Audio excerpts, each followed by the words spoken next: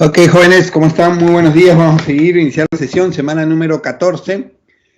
Vamos a iniciar tomando la respectiva captura de pantalla. Buenos días a todos. Espero que todos me puedan escuchar. Vamos a prender la cámara, vamos a tomar la foto. Sonrían, por favor. Muy buenos días a todos. A ver, vamos a tomar la respectiva captura de pantalla. Sonrían. Listo. Perfecto. Ahora sí, jóvenes, vamos a iniciar la sesión, semana número 14, con un tema bastante interesante. El tema de esta semana que nos convoca es un tema diferente, el sistema tributario. Y hemos visto todas las sesiones anteriores, todo el tema monetario, el tema de la moneda, el sistema monetario, el sistema financiero y cómo funciona. Ahora vamos a ver el sistema tributario, por qué es tan importante dentro del desarrollo de la economía. Lo vamos a ver, lo vamos a manejar y lo vamos a trabajar ahora. Porque es tan importante para temas del examen educativos y para temas profesionales de su vida laboral en el futuro. ¿Vamos? Tienen que conocerlo, tienen que dominarlo y tienen que saber más o menos cómo funciona. ¿Ok? Entonces, ¿qué es el sistema tributario? ¿Cómo funciona y para qué sirve? Es el conjunto de instituciones, normas y principios que sirven de instrumentos para la transferencia de recursos de las personas y empresas al Estado. Transferencia de recursos, ¿qué significa eso? Que todas las personas, todos los peruanos y empresas debemos transferir recursos hacia el Estado. ¿Por qué debemos transferir nosotros recursos hacia el Estado? Para sufragar el gasto público, para abastecer el gasto público, para cubrir el gasto público. ¿Y qué vendría a ser el gasto público? El gasto público es el gasto de todas las instituciones estatales. Todas las instituciones estatales, llámese hospitales, universidades, colegios, ministerios, Fuerzas Armadas, etcétera, etcétera. Todo el aparato estatal tiene que funcionar. Y si no sufragamos, y si no pagamos, y si no invertimos para que funcione, no lo va a hacer. Entonces todos nosotros, todos los peruanos y empresas tienen que transferir recursos. ¿Y cómo lo transfieren? ¿Cómo hacen para transferir esos recursos? A través de los tributos. ¿Ok? Entonces, el sistema tributario tiene que tener tres elementos para que funcione, tres elementos básicos. ¿Cuáles son los elementos que necesita el sistema tributario? Primero, la política tributaria. Segundo, las normas tributarias. Y tercero, la administración tributaria.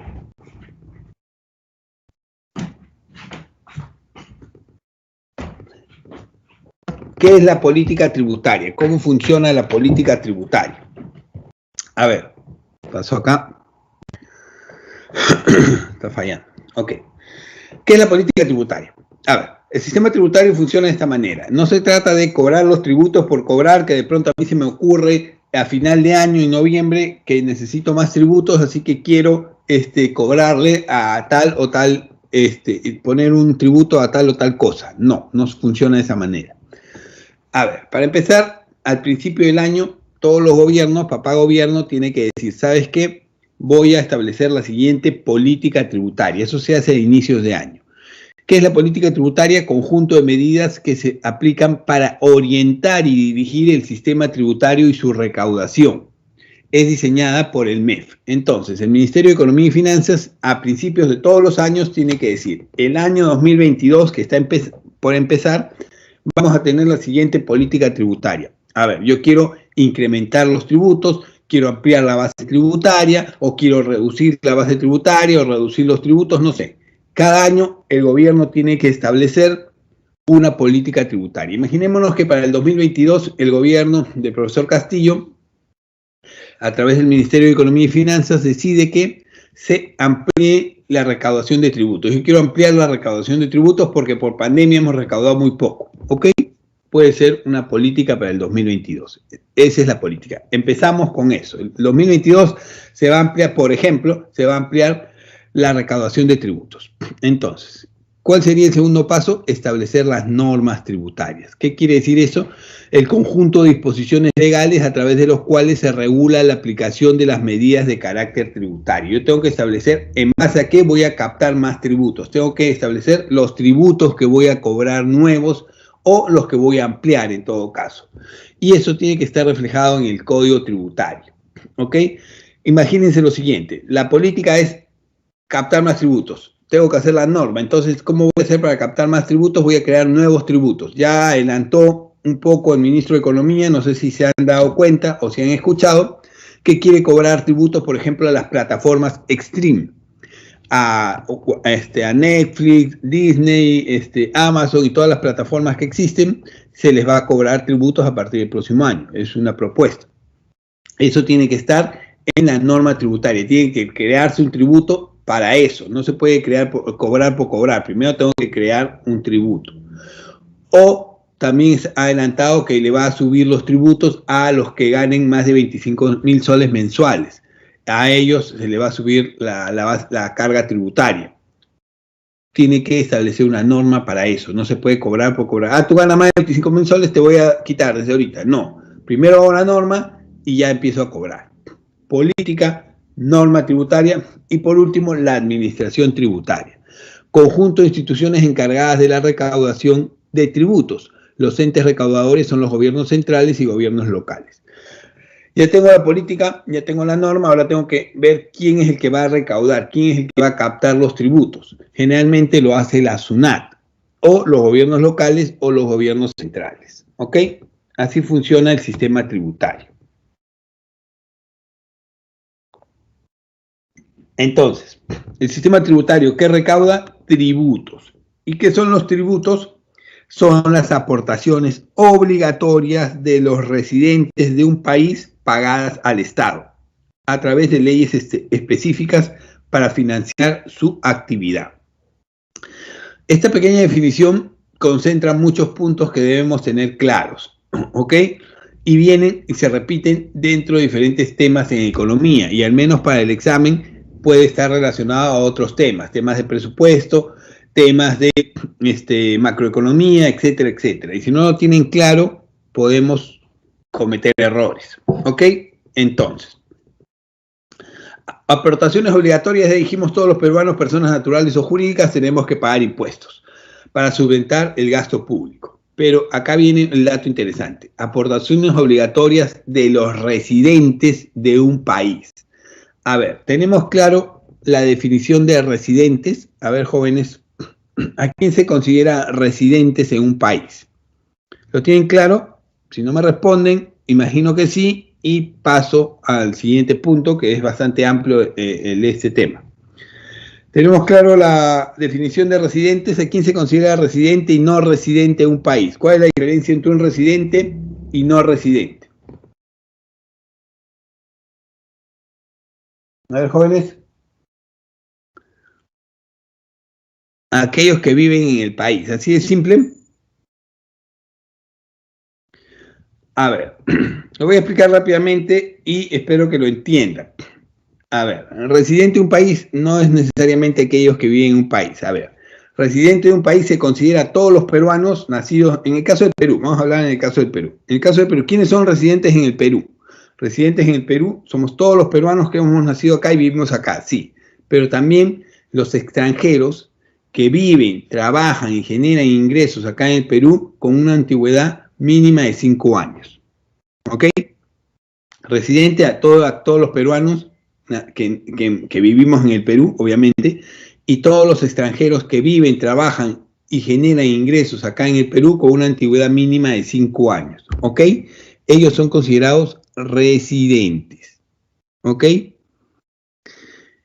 ¿Y quiénes son considerados no residentes entonces? ¿Quiénes vendrían a ser los no residentes?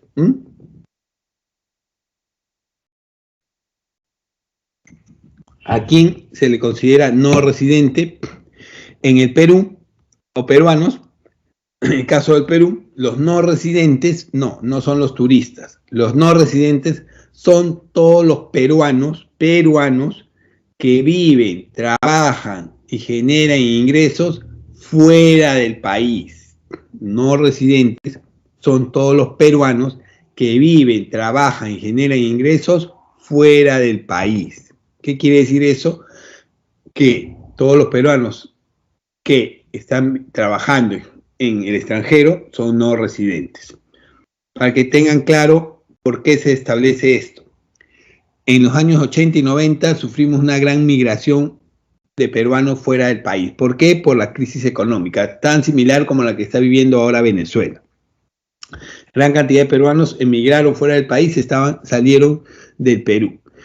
Tanto es así, fueron tantos que a la fecha, año 2021, según el INEI, en el último censo, indica que el 10% de la población peruana vive fuera del país. 10%. Si somos 33 millones, ¿cuántos peruanos viven, trabajan y generan ingresos fuera del país? 3.300.000. ¿Es una cantidad alta? Sí, es una cantidad alta. Entonces, ellos son considerados no residentes, ténganlo claro, ¿ok? Seguimos. ¿Cuáles son los principios para los tributos? ¿Qué principios se tienen que seguir? Principios tributarios para establecer los tributos. Primero, tiene que haber un principio de legalidad. ¿Por qué? Indica que solo por ley se crean, modifican y suprimen los tributos. ¿Qué quiere decir eso? Que una vez que yo establecí la política tributaria, ahora establezco la norma. La norma tributaria me indica que tiene que ser legal. Tengo que hacer una norma, tengo que crear un tributo, tengo que legalizarlo. A mí no se me puede ocurrir de la noche a la mañana cobrar un tributo si no he hecho la norma, si no he hecho el tributo, si no lo he hecho legal. A ver, de pronto a mitad de año o ahora en noviembre al ministro se le ocurrió cobrar los tributos a las plataformas en stream. Ya, empiezo a cobrar a todos los que tengan Netflix. No, no funciona así. Tengo que crear la norma, el tributo. A partir del próximo año, si se crea el tributo, ya se puede cobrar, pero ahorita no puedo cobrarle. No, que tengo que cobrarle más impuestos a los que ganan 25.000 soles. No, se me ocurrió ahorita, no lo empiezo a cobrar. No, tengo que crear la norma, tengo que modificar el tributo a la renta y ampliar ahí y el próximo año empezar a cobrar. Ahorita no lo puedo cobrar, no es que se me ocurre ahorita una genial idea, mira, puedo recaudar más tributos cobrándole a todos los que están haciendo home office o clases virtuales porque hay un montón. No. Primero creo la norma y después empiezo a cobrar. Principio de legalidad. Solo por ley se crean, modifican y suprimen los tributos. ¿Ok?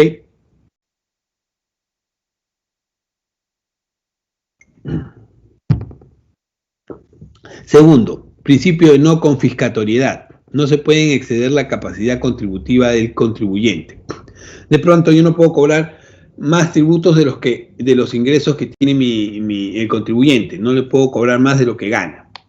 O tiene que tener capacidad contributiva. Se cobra en proporción a los ingresos del contribuyente.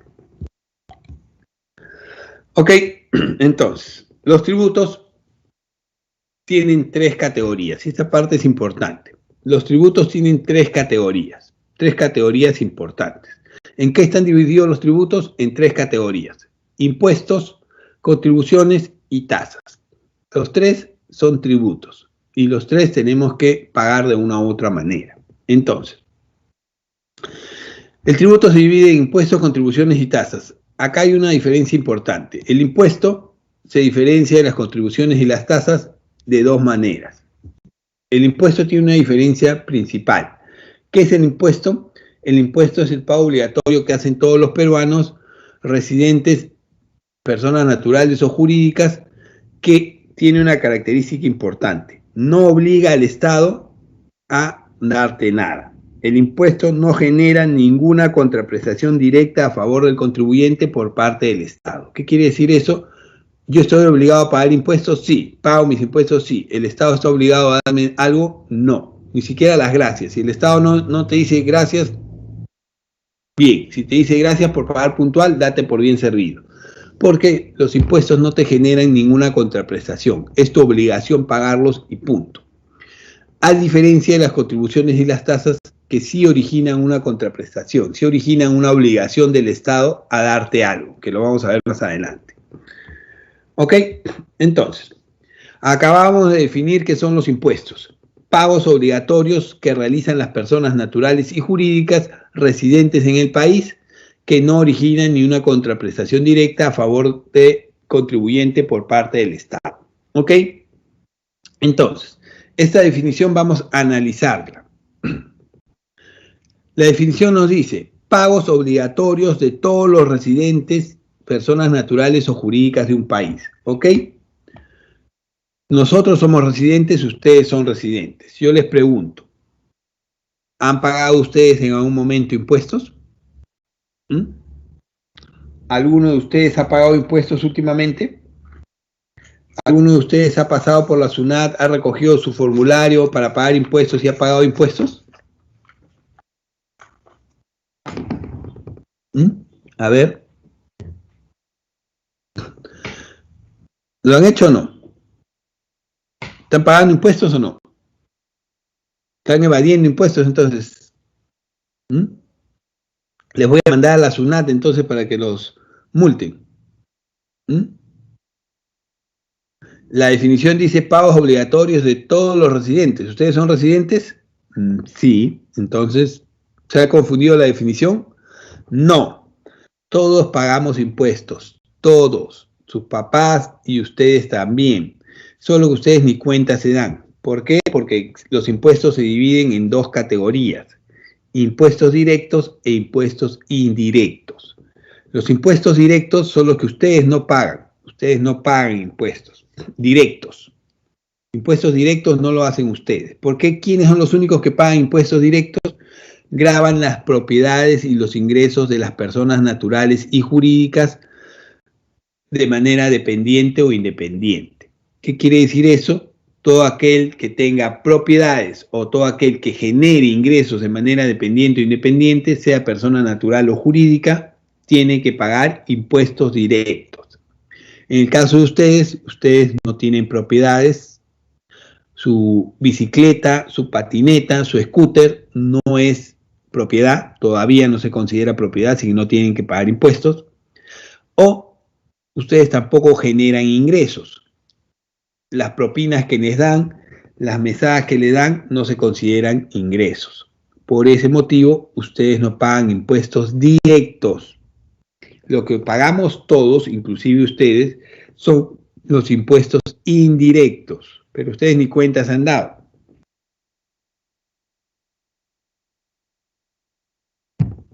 ¿Qué son los impuestos indirectos? Son aquellos que no están relacionados con la capacidad adquisitiva del contribuyente, cuyo responsable de pago es la empresa o vendedor. ¿Qué significa esto?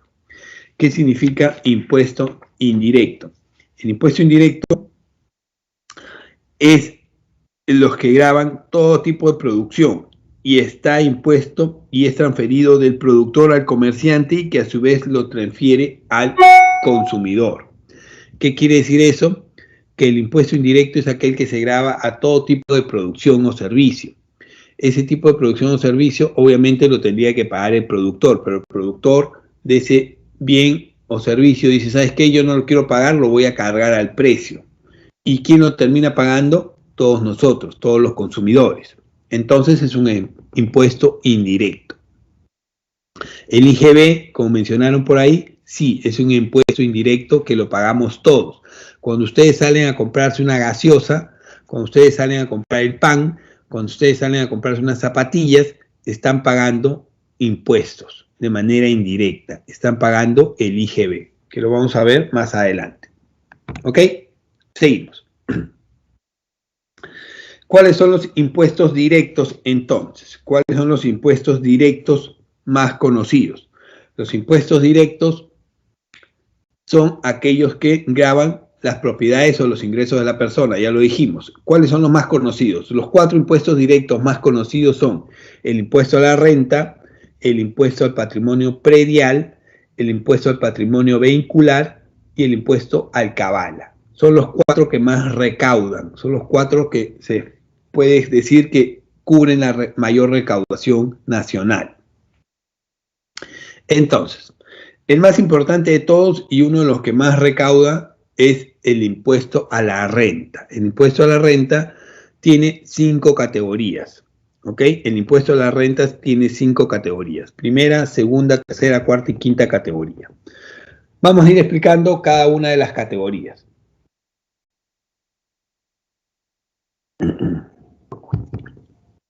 El impuesto a la renta de primera categoría. ¿Qué es lo que cobra? ¿Qué es lo que se cobra en el impuesto a la renta de primera categoría? En el impuesto a la renta de primera categoría se va a cobrar todas las rentas por parte del arrendamiento o subarrendamiento provenientes de predios rústicos, urbanos o bienes muebles. ¿Qué significa esto? Todo aquel que tenga propiedades, todo aquel que sea dueño de propiedades y las alquile y a través de ese alquiler genere un ingreso, tiene que pagar impuesto a la renta de primera categoría. Los alquileres son un negocio por parte del dueño de las viviendas, por ejemplo. Yo tengo 2 viviendas, vivo en una y como la otra me queda vacía, para que no esté vacía, la alquilo y me genere un ingreso. Ese ingreso que me genera el alquiler de mi segunda vivienda tiene que pagar impuesto a la renta de primera categoría. ¿Ok? Yo tenía un terreno y ese terreno hice un edificio de 10 pisos. Vivo en el piso 10, pero los otros 9 pisos los alquilo para generar ingresos. Tengo que pagar impuesto a la renta de primera categoría. Yo tenía un terreno en Lurín, lo he alquilado para una empresa. Ese alquiler me genera ingresos, sí, tengo que pagar impuesto a la renta de primera categoría. Mi terreno en Lurín lo he convertido en puestos comerciales y cada puesto lo alquilo, tengo que pagar impuesto a la renta de primera categoría. Tengo un camión, pero yo no sé manejar camión de carga y lo alquilo para hacer mudanzas o transporte. Tengo que pagar impuesto a la renta de primera categoría. ¿Ok? Ese es el impuesto a la renta de primera categoría. ¿Quedó claro? Profesor, yo tengo una vecina en mi cuadra que tiene una casa de 3 pisos grandota, un montón de cuartos y alquila los cuartos a estudiantes, alquila los cuartos. ¿Tiene que pagar impuesto a la renta de primera categoría? ¿Qué creen ustedes? ¿Debe pagar o no debe pagar? Sí, debe pagar impuesto a la renta de primera categoría. ¿Ok? Sí debe pagar. Profesor, pero la vecina no paga nada, nunca ha pagado nada, ni contrato de alquiler da. Bueno, es una forma y una de las más comunes de cómo se evaden impuestos. Hay muchas personas que tienen negocios de alquiler de vivienda, parte de su vivienda o una vivienda o un departamento y no pagan impuestos, no tienen contrato de alquiler. ¿Qué están haciendo esas personas? Evadiendo impuestos. ¿Ok? Seguimos. Acá hay un punto que quiero aclararles, quiero reforzar. Si bien es cierto, los impuestos no generan ninguna contraprestación por parte del Estado no está obligado a darte nada. En el caso del impuesto a la renta de primera categoría, sí hay un beneficio que obtiene el que paga el impuesto. ¿Cuál sería? A ver. Cada vez hay más casos y salen constantemente en los medios de comunicación de personas que están denunciando de que sus inquilinos no les pagan nada. Mira, señorita, tengo este inquilino viviendo 6 meses, un año y no paga nada, no ha pagado el primer mes y después no pagó nada, es un conchudo, se gasta la luz, el agua, etcétera, etcétera, etcétera. Y los denuncian. Y los medios de comunicación hacen eco de esas denuncias. Y ustedes se preguntarán, pero ¿por qué no los vota? Si es su casa y no le pagan hace 6 meses, un año, ¿por qué no lo vota? ¿Por qué cree que no lo vota? ¿Por qué cree que hay tantas denuncias de esa manera? Porque seguro esa persona ha ido a denunciar a ese inquilino moroso a la policía y cuando iba a la comisaría, a la policía, el encargado, el comisario les ha dicho, a ver, ok, muy bien, tiene un inquilino que no paga hace un año, perfecto, necesito ver su contrato de alquiler. Necesito ver el pago del impuesto de primera categoría. ¿Qué es eso? ¿Qué? ¿Tenía que cobrar el impuesto? Sí. Generalmente no lo hacen, no tiene contrato de alquiler, no tiene impuesto, no pago el impuesto de primera categoría. En ese caso, en la comisaría le van a decir, señora, disculpe, no podemos hacer nada. ¿Por qué? ¿Cómo me acredita usted a mí que usted no quiere votar a un familiar y quiere quedarse con la casa? Yo no puedo entrar a votar a una persona de su propia casa porque puede ser el dueño de la casa, puede ser un familiar y al final yo estoy cometiendo un delito. Si usted no me presenta un contrato de alquiler y el pago del impuesto, yo no puedo ayudarlo. Y generalmente eso es lo que ocurre. Por eso no pueden desalojar a esos morosos y conchudos que abundan en muchos lugares. Si tuviera su pago y su impuesto, podría hacerle una denuncia y hacer un juicio y desalojarlo. Pero como no lo tiene, ¿qué pruebas tengo de que no es un familiar o alguien de la casa que yo quiero votar? ¿Ok? Seguimos. El segundo tipo de impuesto directo, impuesto a la renta, el impuesto a la renta de segunda categoría está dado por el impuesto a la renta de segunda categoría. ¿Qué grava el impuesto a la renta de segunda categoría? Grava las ganancias de capital producto de la enajenación de acciones, bonos, certificados y otros valores mobiliarios. ¿Qué significa? Intereses por colocación de capital, dividendos, regalías, patentes, rentas vitalicias, ganancias por la venta de inmuebles, etc. ¿Qué significa? A ver, el impuesto a la renta de segunda categoría te indica lo siguiente.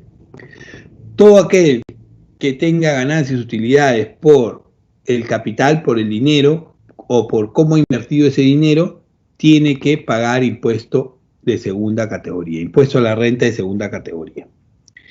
Entonces, ¿cómo funciona? ¿Se acuerda que en la clase anterior hicimos el ejemplo de las acciones y bonos? Que de pronto el banco de crédito quería capital y emitía 20 millones de acciones. A ver, yo como inversionista le di los 20 millones de soles en acciones y ahora ¿cuál era mi ganancia? Rentabilidad variable, ¿cuál era? Era dueño del 20% de las utilidades del banco de crédito. Ese 20% que recibo anualmente de las utilidades tienen que pagar impuesto a la renta de segunda categoría. ¿Ok? Todas las ganancias que yo tenga por mi dinero tienen que pagar impuesto a la renta de segunda categoría. Otros que tienen que pagar este impuesto son, por ejemplo, todo aquel que venda un inmueble y obtenga ganancias. A ver, en el ejemplo anterior hemos dado que yo tenía 2 casas, alquilaba una para no tenerla abandonada, pero ya me cansé de estar desalojando constantemente a los inquilinos que nunca pagan. Entonces, para no estar en ese problema, y es la 4ª vez que desalojo a alguien, la voy a vender, he decidido venderla. Entonces, yo tengo esa casa hace 20 años, yo la compré en $20,000, ahora la estoy vendiendo en $200,000. ¿Hay una ganancia? Obviamente que sí, la compré en 20,000, ahora estoy vendiéndola en 200,000. Esa ganancia tiene que pagar un impuesto a la renta de segunda categoría.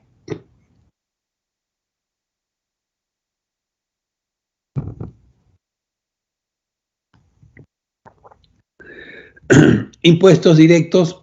El impuesto a la renta de tercera categoría es el que grava todas las rentas obtenidas por todo tipo de actividades empresariales, sea comercio, industria, minería, que puede ser desarrollada por personas naturales o jurídicas. ¿Qué significa esto? Que aquí se va a gravar todas las rentas que se obtienen, todos los comerciantes, todos los industriales, todos los que realizan un negocio, industria, comercio, servicio. Todo aquel que tenga un negocio y tenga utilidades tiene que pagar impuesto a la renta de tercera categoría. Las mineras, los supermercados, los bancos, todo negociante, empresario, industrial tiene que pagar impuesto a la renta de tercera categoría. ¿Qué es lo que está pagando? Las utilidades y ganancias de su empresa. ¿Ok? Este es el impuesto que más recauda de todos. Es uno de los más fuertes en recaudación. Y estos impuestos que vienen en la 4ª y 5ª categoría son los impuestos que a ustedes les interesa más, porque están relacionados con sus futuras actividades. ¿Cuáles son? El impuesto a la renta de 4ª categoría y el impuesto a la renta de 5ª categoría. En la 4ª categoría, ¿qué grava? Grava los ingresos de los trabajadores independientes en el ejercicio de cualquier profesión, ciencia, arte u oficio. ¿Qué quiere decir eso? A ver. Todo aquel profesional o técnico que de pronto no trabaja para una empresa de manera dependiente, que dice, ¿sabes qué? Yo no quiero trabajar de manera dependiente porque me pagan muy poco. Yo voy a trabajar de manera independiente y voy a hacer los servicios o los trabajos de diferentes personas.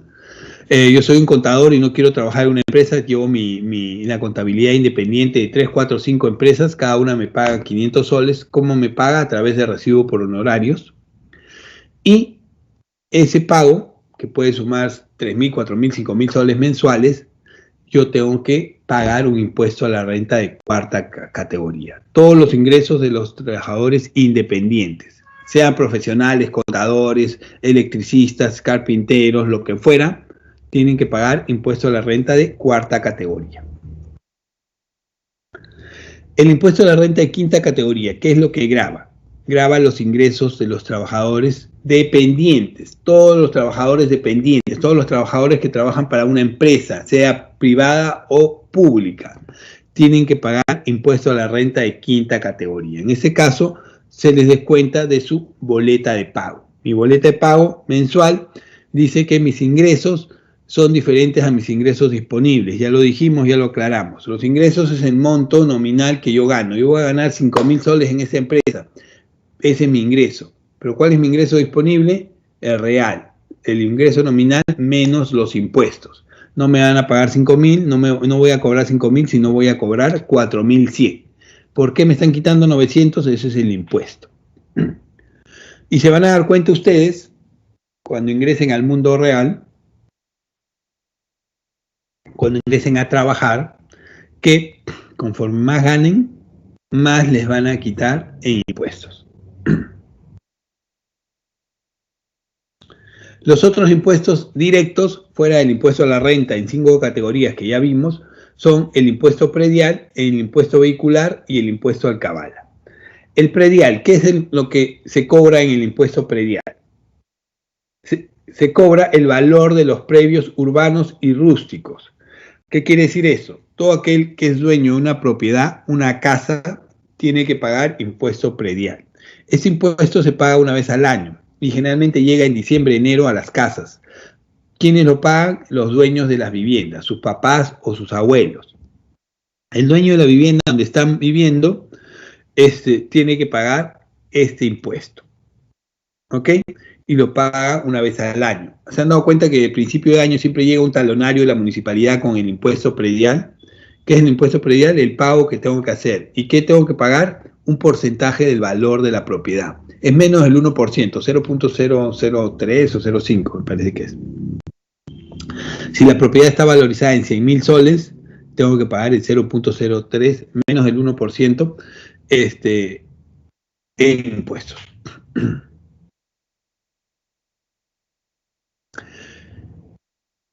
El impuesto vehicular, ¿qué es lo que se cobra en el impuesto vehicular? Se cobra a todos los dueños de vehículos. Todo el que es dueño de un vehículo tiene que pagar impuesto al patrimonio vehicular. Si tienes auto, tienes que pagar impuesto al patrimonio vehicular. Entonces, yo justo pensaba comprarme un Volkswagen clásico, un bochito, un Bumblebee del 70. Quería comprarme un bochito para tunearlo bien bonito y manejarlo. ¿Tendré que pagar impuesto al patrimonio vehicular? ¿Impuesto vehicular? ¿Qué creen ustedes?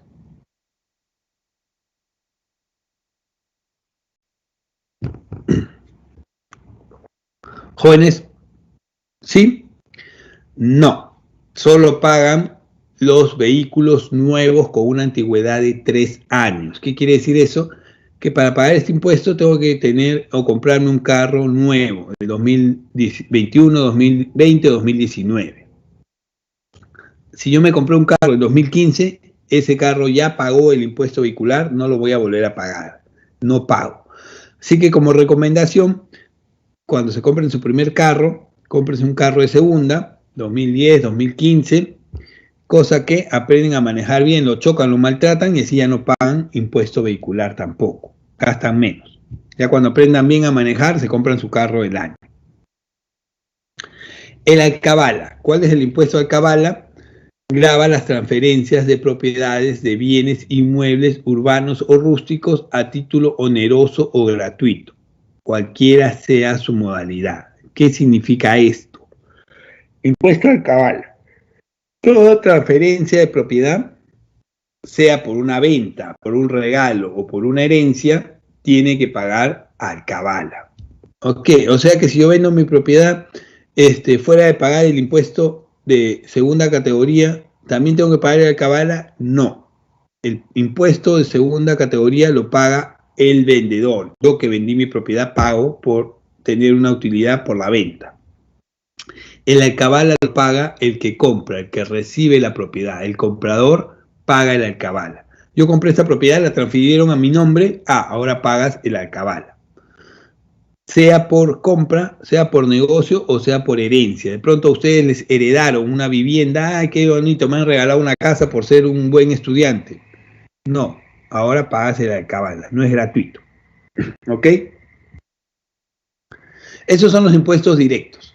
De aquí vienen los impuestos indirectos. ¿Cuáles son los impuestos indirectos? Ya hemos dicho, aquellos que gravan la producción. Este impuesto es transferido del productor al comerciante y este a su vez al cliente. Los más conocidos son el IGB, el impuesto selectivo al consumo y el arancel. ¿Qué significa?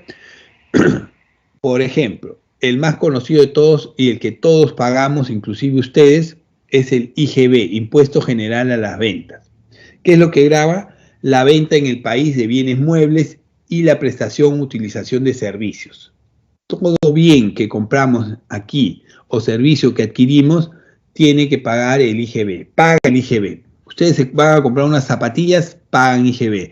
Ustedes se van a comprar un chocolate, pagan IGB. Se compran un helado, pagan IGB. Ni cuentas han dado, pero lo están pagando. ¿Ok? Entonces, ¿cómo funciona? Imagínense ustedes que quieren empezar el próximo año bien tizas y se quieren comprar unas zapatillas nuevas. Van a la tienda y las zapatillas están 100 soles. La zapatilla que les gusta, 100 soles, unas Converse. Entonces, pagan los 100 soles. En realidad, el precio de zapatilla no es 100 soles. El precio de esas zapatillas es 82 soles. ¿Y por qué me cobran 100 soles? Porque le están agregando el 18% de IGB. Ese es el IGB. ¿Ok?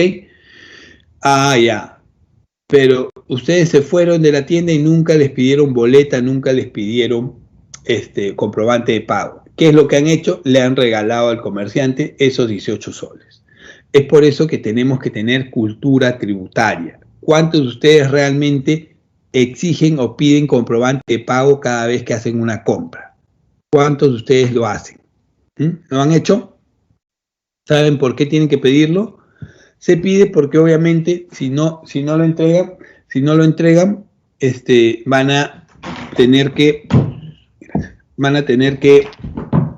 van a regalarle ese 18% al dueño del local. Así que tengan cultura tributaria, empiecen a pedir comprobantes de pago. Si no lo hacen, le están regalando ese 18% al dueño del local y el dueño del local se está quedando con ese impuesto, no lo está declarando y no lo declara, se lo queda. El otro impuesto indirecto es ISC, Impuesto Selectivo al Consumo. Se aplica a la venta de algunos productos, bienes o servicios que el Estado considera que son prescindibles o de lujo. Aquellos bienes que el Estado considera que son prescindibles o de lujo, ¿cuáles pueden ser? A ver. Hace unos años el gobierno estableció como política tributaria ampliar la recaudación. Ok, entonces tengo que crear una norma, tengo que crear nuevos tributos. Ok, y se pusieron a pensar, ¿qué puedo cobrar de nuevo? ¿Qué puedo cobrar para ampliar la recaudación? Entonces vamos a cobrarle a todos aquellos bienes que no son necesarios, que no son imprescindibles, que realmente no importa si se consumen o no, son de lujo. ¿A cuáles? A los cigarrillos, a los licores, a los autos de lujo, a los juegos de azar, a los casinos. Vamos a cobrarle a todos esos bienes que no son necesarios, que son prescindibles. Al que quiera fumar, que pague impuesto selectivo al consumo. El que quiera tomar, que pague impuesto selectivo al consumo.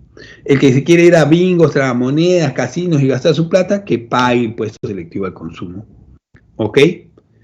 Se aplica a la venta de bienes o servicios que el Estado considera que son prescindibles o de lujo. ¿Ok? Impuesto selectivo al consumo.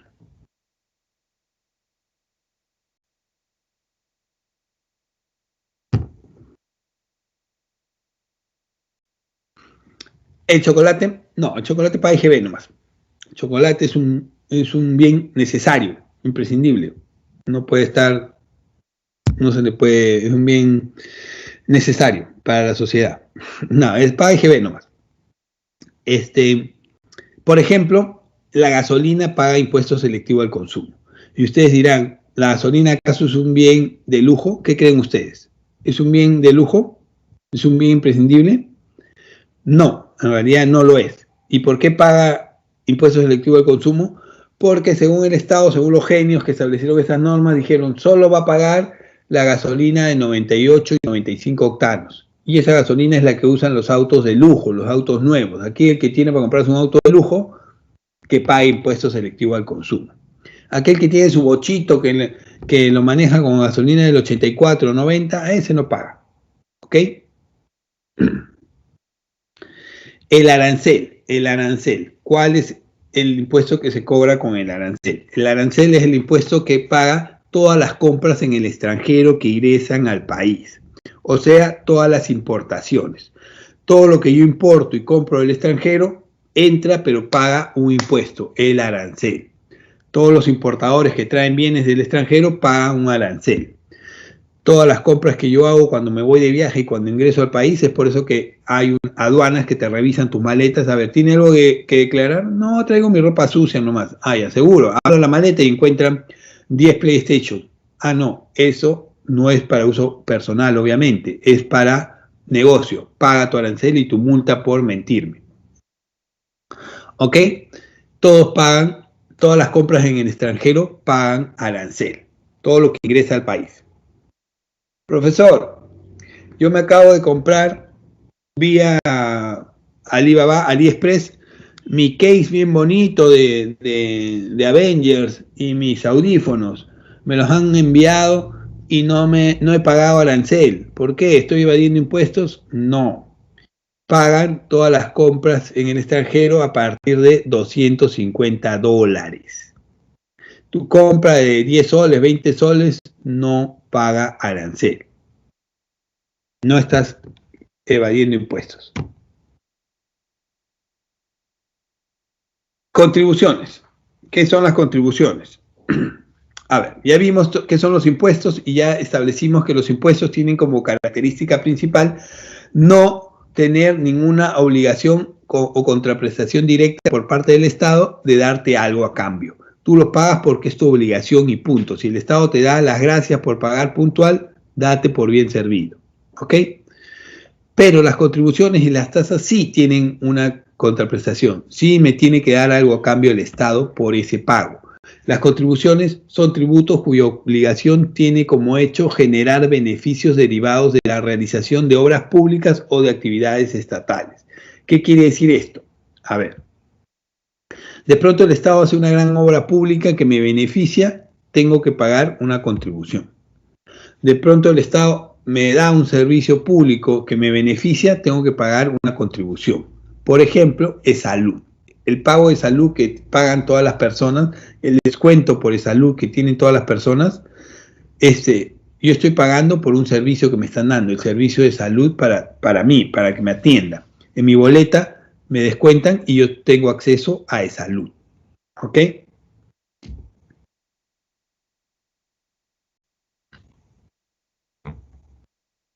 Las tasas. Las tasas son tributos cuya obligación tiene como hecho generar una prestación efectiva por el Estado de un servicio individualizado en el contribuyente. ¿Qué quiere decir esto? Que yo pago las tasas y a mí me van a dar de manera personal un servicio, un producto para mí. Estoy pagando porque me den algo a cambio directamente. Las tasas más conocidas son los arbitrios, derechos y licencias. Arbitrios, derechos y licencias. Los arbitrios, por ejemplo, son tasas que pagan por la prestación o mantenimiento de un servicio público. ¿Qué quiere decir eso? Por ejemplo, ¿ustedes creen que todas las noches pasa el camión recolector de basura y recoge la basura de sus casas de manera gratuita? ¿O que en las noches cuando ustedes salen a comprar y se prenden las luces en las calles se hace de manera gratuita? ¿Quién pagará el servicio de luz? ¿Que Dios se lo pague? No. Todo eso lo pagamos nosotros en los arbitrios. Todos los años, cuando empieza el año, llega el impuesto predial y también llegan los arbitrios. La municipalidad de tu distrito les manda a sus padres los arbitrios. Se tiene que pagar por los servicios que la municipalidad presta. El recojo de basura, el alumbrado público, el servicio de serenazgo, el servicio de limpieza de jardines y parques, etcétera, etcétera. ¿Ok? Eso se paga. Los derechos, ¿qué son? Son tasas que se pagan por la prestación de un servicio administrativo público o el uso o aprovechamiento de bienes públicos. ¿Qué quiere decir eso? Yo pago porque me den algo de manera individual para mí, un derecho. Ustedes van a pagar, por ejemplo, el derecho a examen de admisión. Cuando postulen a San Marcos, ustedes van a pagar un derecho a examen. No es que la pre o la universidad les quiera cobrar eso y le está cobrando muy caro, no. Lo que están pagando es un tributo, un derecho a examen. Todo aquel que postula a una universidad pública en el Perú paga un derecho a examen. Otro derecho es el pago que ustedes hicieron para obtener su DNI, por ejemplo. Ustedes pagaron 40 y tantos soles para obtener su DNI. Yo pago para que me den algo a cambio, mi DNI nuevo. ¿Ok? Y las licencias son las tasas que se pagan o que se graban a la obtención de autorizaciones específicas para la realización de actividades de provecho particular sujetas a control. ¿Qué quiere decir esto? Las licencias son pagos que yo hago para que me autoricen a realizar algo. Por ejemplo, yo quiero poner una tienda en mi cochera. No se trata de poner la mercadería, abrir la cochera y empezar a vender. No. Tengo que pedir una licencia de funcionamiento a la municipalidad. Me tiene que autorizar a funcionar como bodega. Si no, no puedo funcionar. O de repente yo quiero construir el segundo y tercer piso de mi casa. Llamo al maestro de obra, al albañil y me pongo a construir. No, tengo que tramitar la licencia de construcción.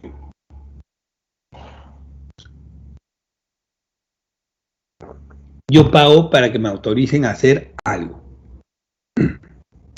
Estos puntos ya son muy generales, no hay mucha complicación. Cuando hablamos de presión tributaria, estamos hablando del indicador económico que mide la proporción de riqueza generada en el país que será destinada al Estado a través del sistema de tributación. Básicamente tiene que ver con cuántos produce el país, cuánta producción hay en el país. Y eso se mide a través del PBI, Producto Bruto Interno. Toda la producción de un país, producción, consumo, este país está generando. Y está generando producción y está generando consumo. Como hemos visto, tanto el productor como el consumidor pagan tributos. Mayor producción y consumo, mayor generación de tributos. Exoneraciones tributarias son exclusiones o dispensas legales de la obligación tributaria establecidas por razones de orden público, económico o social. De pronto el Estado establece que por algún motivo las personas no pueden pagar o se le debe exonerar este tributo por motivos X. Por ejemplo, la pandemia. La pandemia ha golpeado fuerte en los últimos 2 años al país y muchos casos han exonerado del pago de tributos. Evasión tributaria consiste en evitar el pago de todo o parte de los tributos. De pronto muchas personas, muchos vivos, muchos aprovechados, no pagan sus tributos de diferentes maneras. Primero, no declaran el verdadero monto de sus ventas. A ver, yo tengo mi negocio y solo declaro el 20% de lo que vendo. ¿Por qué? Porque no hay cultura tributaria y nadie me exige boleta de pago, comprobante de pago, ticket. Y como nadie me exige, no declaro las ventas y me quedo con ICIGB. Solo declaro el 20%. Vendí 100 soles, pero declaré que vendí 20. ¿Ok? Me han regalado 80 soles en tributos. Incremento las deducciones. Otra forma de evadir tributos son incrementar las deducciones. ¿Qué significa esto? Que de pronto muchos empresarios pasan por gastos de la empresa, gastos personales, como cuáles. Han dado cuenta que muchas personas cuando van a comer o van a comprar piden factura, se van a comer con la familia y pásame una factura a nombre de esta empresa. Están pasando como un gasto personal como un gasto de la empresa y de esta manera pagan su empresa menos tributos. Van a comprar cosas al supermercado y, pásame la factura tal. Están pasando gastos personales como gastos de empresa. El otro es no pagando las obligaciones, obviamente evitando pagar los tributos. Y elusión tributaria tiene que ver como el acto por el cual un contribuyente realiza operaciones para reducir el pago de impuestos basándose en determinadas ambigüedades presentes en las leyes tributarias sin incurrir en delito. ¿Qué quiere decir esto? Yo practico la elusión tributaria cuando evito pagar impuestos basándome en diferentes normas. Por ejemplo, el Estado exoneró impuestos a algunas empresas, la famosa suspensión perfecta, y muchas empresas que no han sido afectadas de pronto no le están despidiendo a su personal y no le están pagando lo que le corresponde. Las empresas agroindustriales, por ejemplo, no han sido afectadas, pero están basándose en esta ley para evitar pagar lo que corresponde. Rápidamente, que ya está acabando el tiempo, ¿quién es la organización encargada de recaudar los tributos en el Perú? La SUNAT. Y el último punto es el presupuesto general de la República. ¿Se acuerda que vimos el presupuesto familiar? Esto es algo parecido. Sumar todos los ingresos del Estado y restarle todos los egresos. Y tengo que tener como resultado un presupuesto superavitario, deficitario o equilibrado. ¿Ok? ¿Qué horas son? Ok, jóvenes, ya me ganó el tiempo. Les estoy dejando las alternativas al examen, a las preguntas. Gracias por la atención prestada. Nos estamos viendo la siguiente semana. Gracias, jóvenes. Cuídense, nos vemos. Buena semana. Gracias.